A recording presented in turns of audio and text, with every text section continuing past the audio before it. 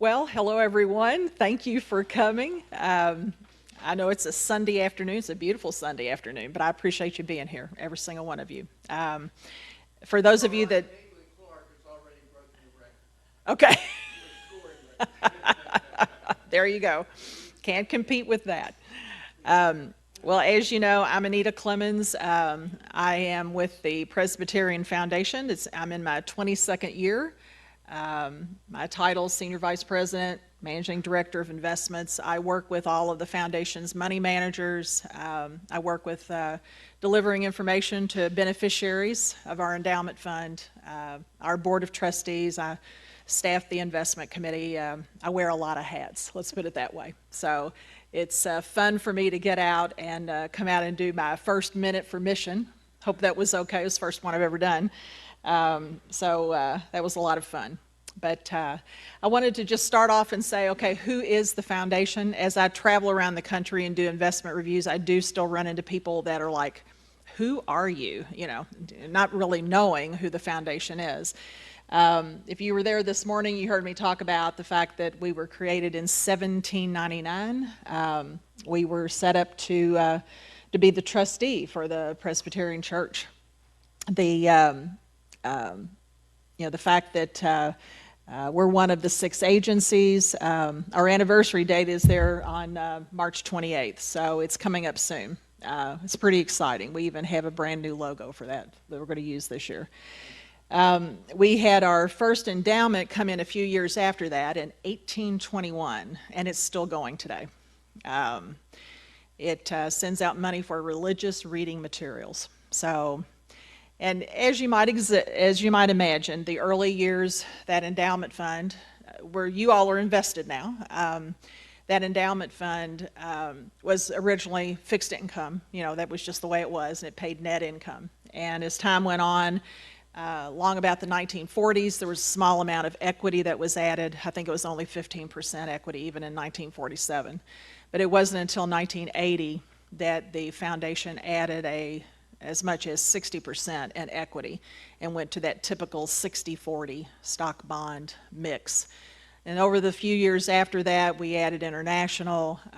The equity allocation moved up from there.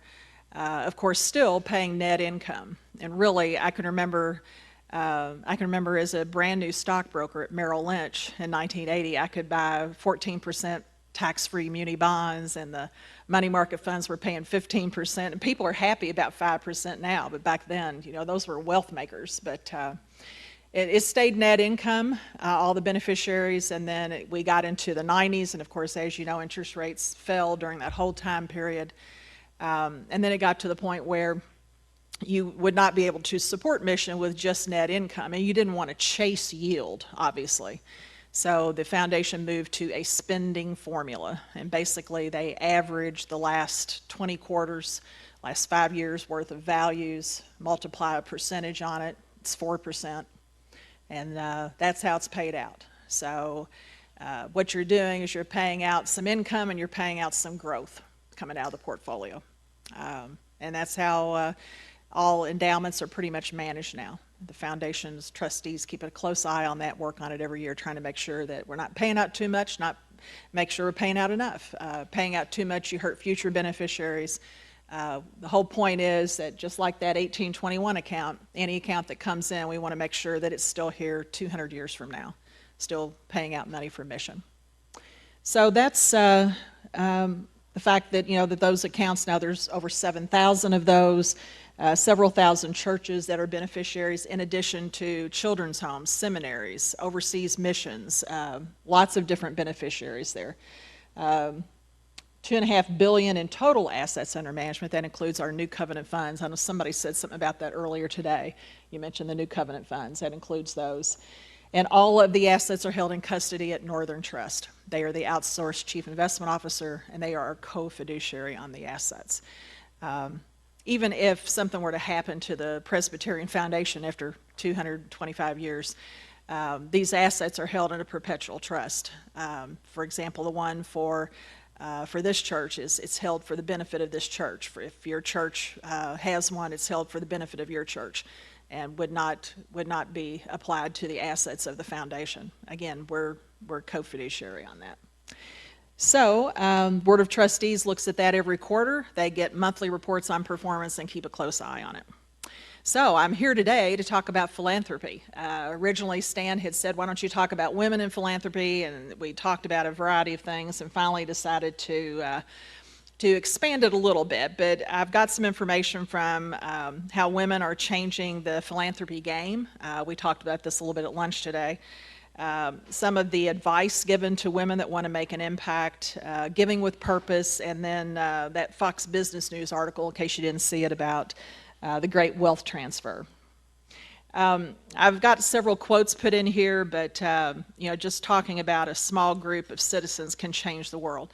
No doubt the people that are involved with your church, by getting together and putting together an endowment, they can create that change that they want to see, by providing funds that'll support whatever is important to them. That changes over time, as we're going to see. I did include this young lady's picture in here. She's very famous, of course, because she received a lot of funds as a settlement, and then she gave a lot away. She's famous because she was able to give that away without any strings attached. In the old days, I think you'd see a lot of gifts that would have restrictions on them. And I know for a pastor, where did Andrew go? For a pastor, sometimes that's very frustrating. Over time, things change for your church or your presbytery. You might have needs of something for property one time, and a few years later, it might be for something in the building. And those unrestricted gifts are sometimes, the best news of all. But we're seeing that change quite a bit, and you're seeing more and more wealthy people that are giving, very large percentages, distributions of their wealth. I always like this, no one has ever become poor by giving. I always think about my mother. We were talking about this between services this morning. I was raised in a Baptist home where fear was the driving factor. And my mother taught us, if you don't give, it'll be taken from you. So I guess that kind of goes along those same lines. But this study just shows that it follows 70 female volunteers in high society and found that sometimes the work that women did in the churches and so forth, where they would volunteer, a lot of that many times was unrecognized. But we're getting into a time period now where I think a lot of that is changing.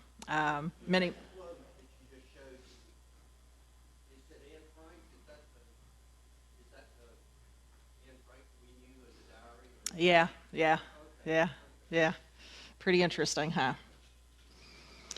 So as women are becoming more visible in philanthropy today, and I think even when it's a woman becoming more visible, it benefits all of us. That's why I changed this to we're all in this together. I mean, obviously, and you'll see some of my later comments, that it becomes really contagious, that you see others giving, you think, well, that's a great idea, how can I help? But as you can see here, some of the comments that we stand on their shoulders, and keep doing the work. Gender does matter in philanthropy, just for your own information. According to the studies, there is a difference. Single women give more than single men. That's among high net worth individuals in America. Women give nearly twice as much, as you can see here. And women socialize their husbands into giving. They're more likely also to engage in group giving. Many times you can get a group going to try to work on a cause, just like it's been done here at Chapel in the Pines, work for the pavilion and work on for the various projects that you all have been sharing with me today. Many times the group thing about the piano, being able to buy the keys on the piano to raise funds to buy the piano, those are all important things. You can see Henry Ford's quote here, to do more for the world than the world does for you. That is success. And then I really like the comments at the end here that were taken from the famous Bill Gates, where he talks about without his spouse there, that he would not have given as much as he did. So evidently she was really the one involved with encouraging and promoting giving, and that's all very positive from that perspective. It's not just about making a donation, it's about making a difference. Again, whether it's an idea how to raise some money for something that is really important to you, and finding like-minded people where it's important to them. And then it also talks about the fact that sometimes it's a matter of just asking. If there's one theme that I have found as I have gone around and visited with Presbyterian churches, is sometimes there seems to be a reluctance to ask. But there are good ways and eloquent ways to ask. Obviously, that's why there's 7,000 of those accounts, that someone has asked along the way, whether it's asking someone to leave money for the church in their will, or asking someone to develop a charitable remainder trust. There's lots of ways to do it, donor advised funds, etc.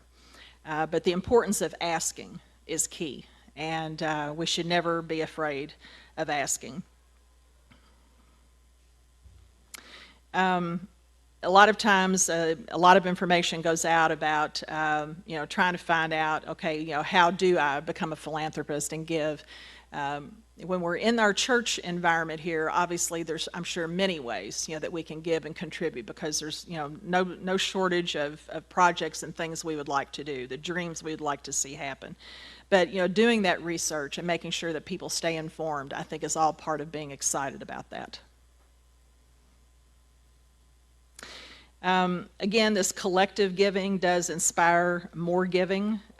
There's some studies that were done that are included in some of your material, talking about how groups of people would get together, and by putting their groups together and trying to come up with some common causes, they were able to bring in more money. So again, just asking and then doing that group giving thing, can really lend a lot. Networking. You can see the comments here. Even in the group setting, even women will give more there than men do.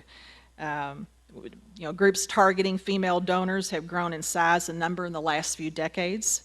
The Women's Donor Network had 80 members, now has 270. Women's Funding Network has grown from 20 to 120 over several decades, and now invests over $420 million in gender equity. So there's a lot to be said for groups. Do you all see a lot of work with Presbyterian women down here? Do you see very much of that? We see a lot of it around Louisville. It's kind of spotty around the country, but again, some of those groups, it's another good way to get members together, but again, to get them excited about things as a group. And there's ways that our ministry relations officer for your area, Alonda Carr, is something that he could come in and do planned giving seminars and help with ways that they can put together group giving, and again, increase gifts to the church. Well, we have a strong women's group here, but I'm not sure. I mean, they do studies and things like that. Mm-hmm. I'm sure that they get together and do something like this. Yeah. Presbyterian Women is an organized national group, and I think that there's all these chapters of it all over the country. So I'm not sure whether our group is yeah, organized, part of the organization. yeah. Again, that could be something that could be helpful in the future to consider. And there's literature, to help getting some of those started as well.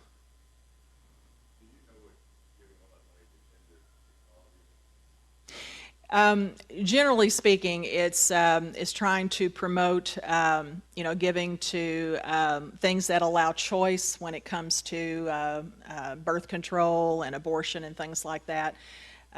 Generally, that's what it's about.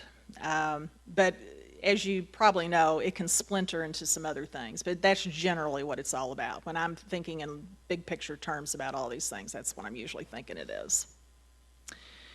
So again, asking women directly, encouraging them to donate as a team, again, can yield some high results.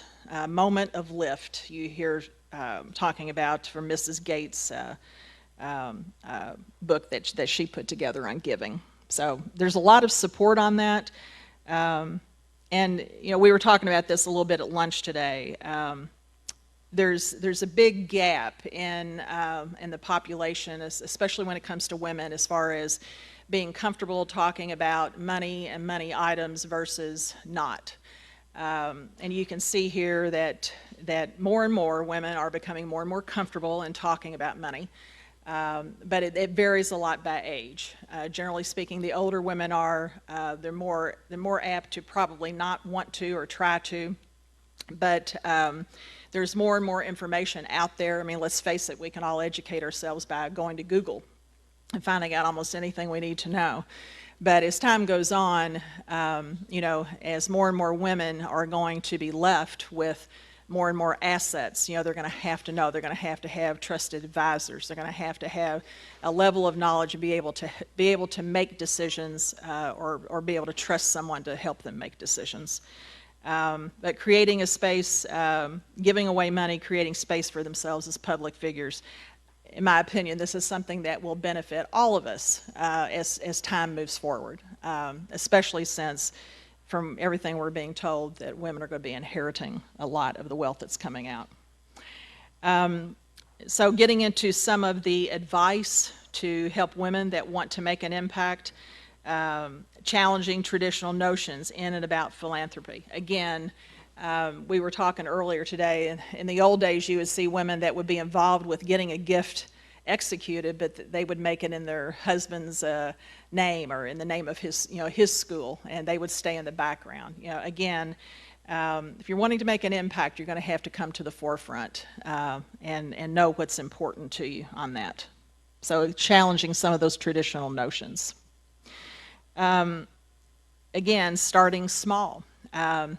You know, we are able to set up things like donor advised funds.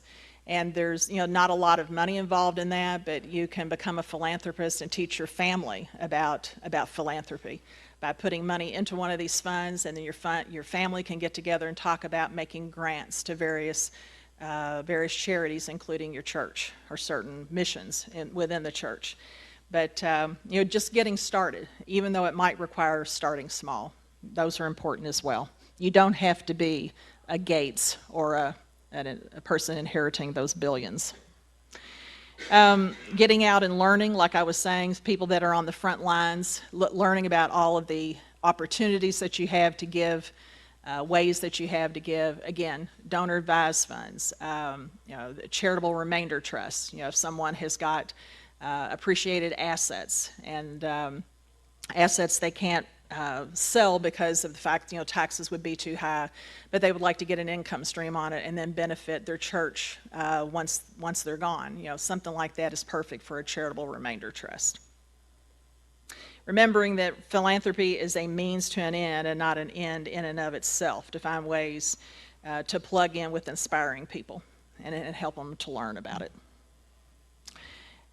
This one person talks about allowing your heart to break in and leak into your work, not thinking about it so much as a transaction, but about what you're doing. And this lends into the more modern nuances of philanthropy, its impact. If I hear anything now, the thing that's changed, it's more interest in impact, especially the younger your members are. They're going to be more interested in what it does to the environment, to the climate, what they're doing to help people in need, people that are disadvantaged segments of the population. All of those things are things that are important to people from that perspective. This talks about the power of the purse, making a choice to invest in solutions where they have solutions to problems. Obviously, exercising your power with your funds by making donations. Effective philanthropy, not what you give, but the way in which you give it. You know, finding a mission, your church, that promotes the welfare of others, and then what matters is how you deal with the resources that you have. Looking at that change that you want to see in the world, lighting your torches for future generations. You know, I've run into so many people throughout the years that you know, they want to remember someone. I always remember Clemons Presbyterian Church, his famous Clemons name. That one always sticks in my mind. I remember a gentleman down there that his wife had passed away, and he wanted to set up a fund to remember her. They were both teachers down there, and it was just delightful to think that, you know, her memory will live on, you know, long after he's gone, because it's going to remember her by sending distributions to that church. And then to talk about that Bank of America study, how households contribute to charity. So this is kind of small, so you'll want to refer to your chart that's in there. But you can see it's giving you affluent households, regular households, and basically, we've seen some of the trends. Some of the trends have actually gone down a little bit. You can see that on the very top line, but they're not zero. We're just seeing that it has changed. But it's important to realize that affluent households still give a very large percentage there, and that's how they contribute to charity. This is from that Bank of America study from the last few years. And then the notes from that, volunteering is on the rebound among affluent Americans. They leverage toolkit of strategies to achieve goals. Again, donor advised funds are a new big one. Donor advised funds are getting quite large for some people to be able to do that. Affluent women are a force for change in the sector, and religious organizations continue to receive the largest share of the giving dollars. Again, from that previous chart, it's gone down somewhat, but they're still getting the largest share. And of course, the future is going to be relying on engaging that next generation of affluent Americans. And that's when things kind of change a little bit. So what motivates people to donate their time and money? You can see the big ones here. And it does not surprise me at all to see that education is the largest. If there was one category that we see the most of, it's education. We have a lot of education funds. But you can see the comments down there, guided by their values and beliefs, affluent households continue to lead in charitable giving. More than half affluent households in America say their giving is very limited to the issues they care most about. And then this is looking at 7 in 10 affluent donors say their personal values or beliefs led them to support specific nonprofits. Again, if anything, this is telling you that, tie some of the special programs that you're working on, special projects, to continue to interest your donors, to get them involved, have them to be, you want to join up, you want to marry up, match up, some of their beliefs with some things that you have going on here to, again, keep mission moving. You can see personal fulfilling affluent households found their volunteering to be 62% in this form of charitable activity was very fulfilling. I know there was some talk about that at the morning service, talk about volunteers and so forth. Didn't want to use the V word, but serving, yeah. So obviously it's still a very big impact there. And then this one is just personal fulfillment. Beyond making financial gifts and volunteering, many households create positive change. They take action, express their values using various tools. Affluent Americans say that sometimes they're always align their purchasing decisions with their values. Charitable giving vehicle to make charitable gifts. Again, and one of the booklets that I've got over here on the table has actually got, it's brand new, it just came out in publishing. It's got some of the ways that you can make charitable gifts. I urge you to take one with you. It talks about the various types of charitable trusts and so forth that you'd be able to use. Lots of ways to increase giving to the church.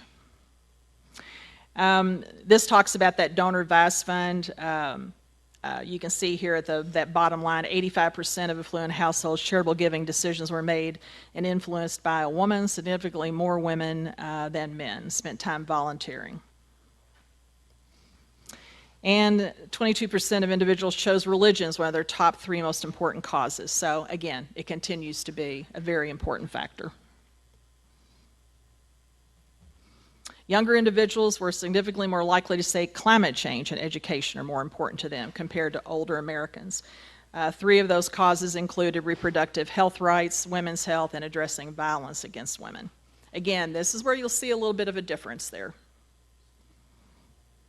Important causes, issues by age. This is really apparent here. You can see pick this up a little bit here.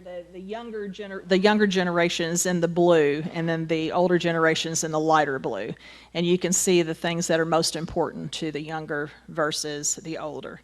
Charitable subsectors. So it's just important to keep those in mind again, as you're looking at future projects and future ways to raise funds for the church. Hopes, beliefs, and values, the goal of driving positive change down for future generations. I know we have noticed that within the Presbyterian Church, the young adult people, call them YADs, they're very interested in, of course, the climate, reducing gun violence and so forth, and they're more likely to get more involved, whether that's with giving or with volunteering, if it's something that they can be involved in that to help bring about change, bring about positive change. And this finally is that Fox News article that talks about that 30 trillion. I think my husband told people at the lunch table today that our son has already started our wealth transfer. He's working on that already. But you can see a lot of money expected to be shifted into the hands of women by the end of the decade. Such a large magnitude, it approaches the annual GDP of the United States. So it shows that it's not just the women of the boomer generation or the affluent taking control of managing their wealth. 70% of widows will switch financial advisors within a year of their spouse's death. We were talking about your advisor's already talking to your spouse, right? You know, he's, I'm still here.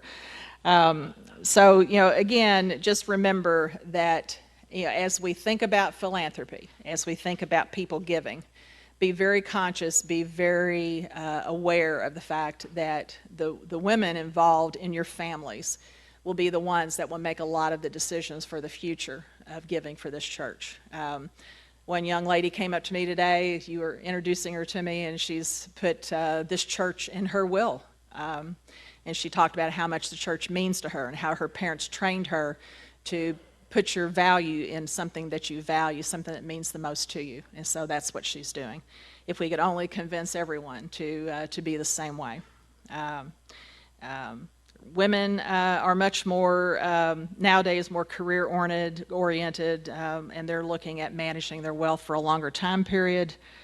And, of course, as a demographic, you know, they actually have a tendency to make good investment decisions. Not that I'm dissing any men in the room, since my whole audience is men. They tend to look at decisions holistically and stick with them for the long haul. And I'll have to admit, as I go around the country and do investment reviews, that's what I spend the majority of my time doing. You know, there's a lot of women and men, you know, on these committees. And I have found that the women do have a tendency to, you hear that comment of staying the course, you know, staying with the plan. They are very good about that, very good about thinking about it for the long term perspective. But that's good for all of us to remember as a strategy in a lot of things. Women have had the deck stacked against them over the years compared to, you know, lower income from their male counterparts. You know, the tendency, their savings are lower, tend to live longer lives, more likely to have greater job gaps over their lifetime because of maybe raising kids or taking care of parents. But again, that's all going to be changing, more than likely. So I put several quotes in here that I thought were interesting. As I give, I get. Philanthropy is almost the only virtue which is sufficiently appreciated by mankind, by Thoreau. So some good things in there. I would say in summary, you know, don't forget to ask. Asking is important. I always tell my son when it comes to asking about anything, the worst answer you're going to get is no. But you might get what you're asking for. It might get things to work out that way. And don't assume or presume certain things just because it's a woman or because it's a certain person. Encourage group giving, you know, finding your passion, passing it on. It is contagious. It's very easy to get people excited about things if you've got one person excited about something. And that all of us, you know, hold the keys to the future. As we get to looking at our works while we're in this world, finding a real solution lies in a world which charity will not even be necessary anymore. How nice that would be if we get to that point. Thank you very much for listening. I hope there was something inspirational in it that you can use. Please take annual reports, some of our giving booklets. There's a workbook on estate planning. And Remember that you've got some great resources with the Ministry Relations Officer, Olanda Carr, that's in your region. He lives not too far away. He does a really good planned giving seminar. He can come to your church or presbytery and talk about all the ways that he can help you with raising money for the church. And I will ask if there's any questions. Go ahead, please. How do you respond to the tension between people, particularly young people who want to have some effect on use of money effectively now, with the requirement of foundations to manage their funds and most distribute only, say, 5% a year? The question was for the live stream, how do we deal with the tension that's created when young people want to see more change, more active involvement when we're only distributing, say, 4% a year on a spending formula? The answer comes in really probably my second slide. Sometimes it's hard to look into the future because we all become so focused on today. You know, we need money today to help with XYZ because there is a need today. But by using a spending formula, and if you have assets that you've put away, that you've given to an organization, and you want that to last, by spending 4 to 5%, that is pretty much a nationally recognized amount that is sustainable. In other words, if I'm paying you out $500 today, we want that $500 to be worth that 10 years from now, 20 years from now. And if we pay out too much, then you're going to be eating into that future mission money. I always tell people, you know what the needs are today, but we don't know what they're going to be 10, 20, 30 years from now. We spent a lot of time talking about artificial intelligence at lunch today. Can you imagine how this is going to change what we're all doing, what we're all thinking about when it comes to philanthropy? All of that is going to change. So if you want that money to last, you have to think in terms of not paying out too much now. And it all goes back, and then back it up a little bit and say it goes back to what your goals are. Now, obviously, if someone has a passion about homelessness today and they want to do what they can today, then they can make a direct gift, to the church and have it, directed to go to something that has to benefit for the homeless community. But if you're wanting to impact that long term, really make a sea shift change, then that would be something you want to think in terms of a permanent fund that can be working on this for the long-term solutions. Does that make sense? Okay, great. Yes? What about the fact that people aren't going to church now? They say the biggest denomination right now, when people put down a denomination, they put none. And how is that going to affect the foundation? The question was, there seems to be an increase in people that will select no religious preference, and how is that going to impact? Is the question, how is it going to impact the Presbyterian Foundation, or how is it going to impact the church? Which? Well, I was thinking about the foundation. Well, the foundation, first of all, still has just the permanent funds alone are right at $1 billion. And so those funds, as I was talking about with someone earlier, those will continue no matter what. Those funds, some of them, like I said, have been around for a couple hundred years, and those funds will continue. Now, over time, you see more and more, we will continue to see people, for example, that have put sometimes the foundation to remember a church or a presbytery in their will, but you still see those coming in, and you still see people putting those in. Do we predict that we will see an increase in these over time? Probably not as many as we saw maybe in the 90s and 2000s when churches were probably more healthy. We probably won't see as many, but the funds will continue because they are managed for longevity and sustainability. The whole purpose of it is to make sure that it's sustainable, that there will be an income stream to all those beneficiaries, all those 7,000 accounts, no matter what, whether we're talking about this 25 years from now or 100 years from now. So we know there's changes. There's always been changes, let's face it. There's always been change. It's just how you deal with it. And I think that from the foundation's perspective, the fact that we have expanded our donor advised fund platform, to just, we're always trying to make it easier.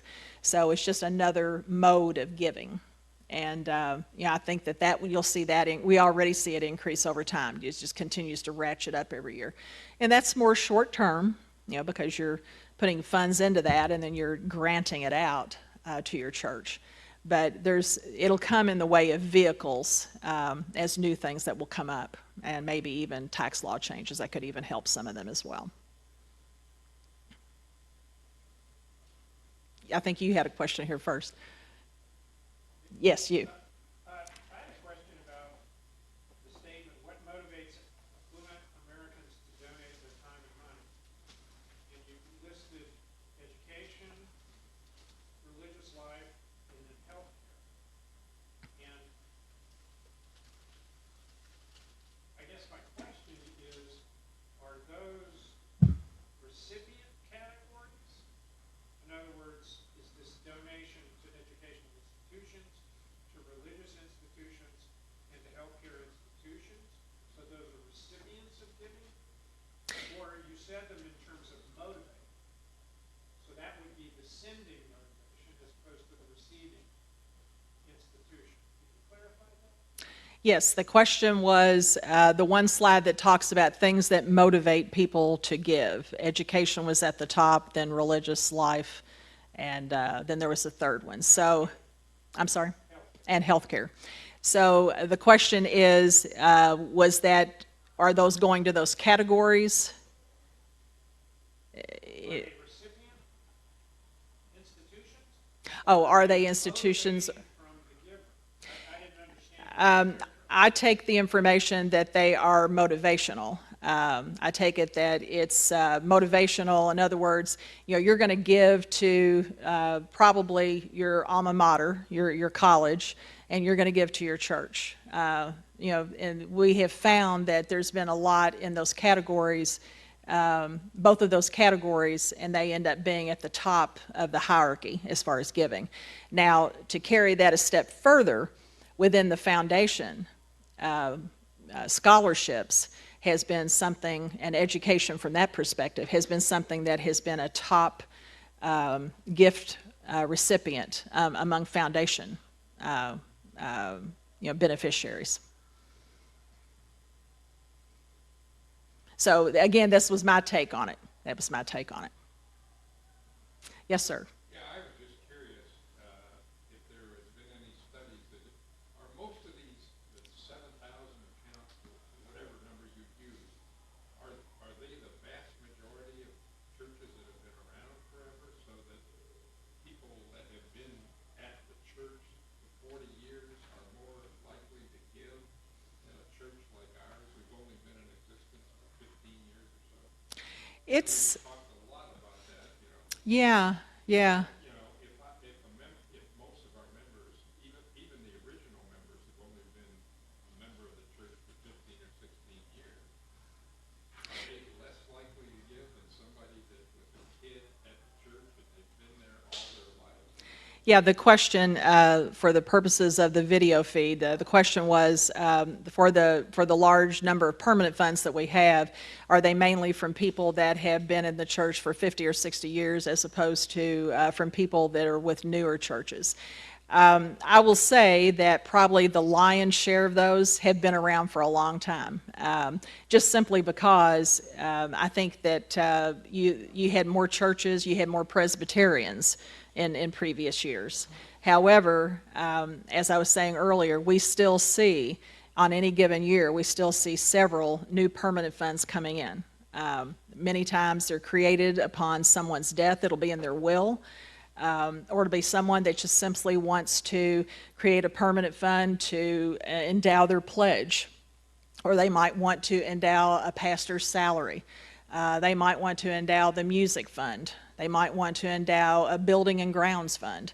So it's all over the place, but obviously that large number, given the fact that it's so many of them, that a lot of those are older accounts. That's true. I don't have a breakdown off the top of my head how many are new and what vintage year that they came in, but we do still open them up every year. Every year. Yes. Last question for me, you keep mentioning the donor advised fund, and I guess, is that something that you all operate? We offer donor advised funds. Of course, you know, Fidelity has them, Schwab has them, everybody has them. But Those are funds in which people contribute money, and then the fund distributes it to other entities. that's correct. That's correct. The way it works is a donor would set up a fund. You could set up a fund and put your family's name on it. And the money that you put into it, then you can actually have it go into certain investments, and it can sit there for a while. And then your family can decide who they want to grant money out of it on. So if it grows in value, let's say it was opened up in the last 12 months, it's probably up in value. So you've got some growth you can grant, or you can grant all of it. But basically your family can go out and can make grants to a variety of organizations. Has to be a charity, has to be a nonprofit. And the question was about donor advised funds and how you can open those up and who you can make or grants to. They're called grants. You all facilitate that, but the donations from those funds, do they need to go to a church-related donee, or is it, do they go Chatham Habitat or something? Very good question. I should have answered that. The question was, can donor advised funds go to other charities other than a PCUSA? And the answer is yes. We have to be able to do that. It's part of the ongoing requirements of being able to operate a donor advised fund. Yeah, we see a lot for Habitat for Humanity, food pantries that are not affiliated with the church. They're all over the place. Yes. Any other questions? Okay. Well, thank you again. I appreciate all of you coming and your questions. Thank you. On behalf of the church, thank you so much. Thank you very I much. want to give you this gift, and this will be recorded, not only live stream, thank you for listening in. We'll have it recorded for future purposes, and as we continue to discuss, so on behalf of the Finance Committee and the Endowment Subcommittee, thank you very much for being here and enlightening us, and spending the Tim. whole day with us. Yeah, it was great. Thank you so much. Wonderful hospitality. Thank you, everyone.